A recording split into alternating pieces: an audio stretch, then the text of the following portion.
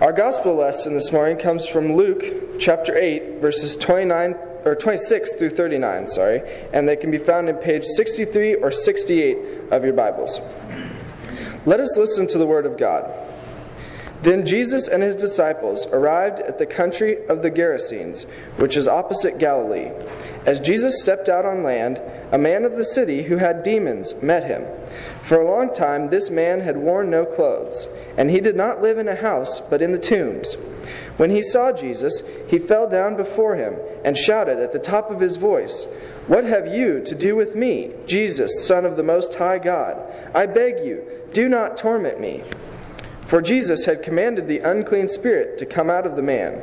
For many times it had seized him. He was kept under guard and bound with chains and shackles, but he would break the bonds and be driven by the demon into the wilds. Then Jesus asked him, "What is your name?"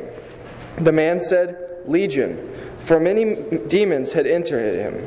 The demons begged Jesus not to order them to go back into the abyss. Now there on a hillside a large herd of swine was feeding, and the demons begged Jesus to let them enter these pigs.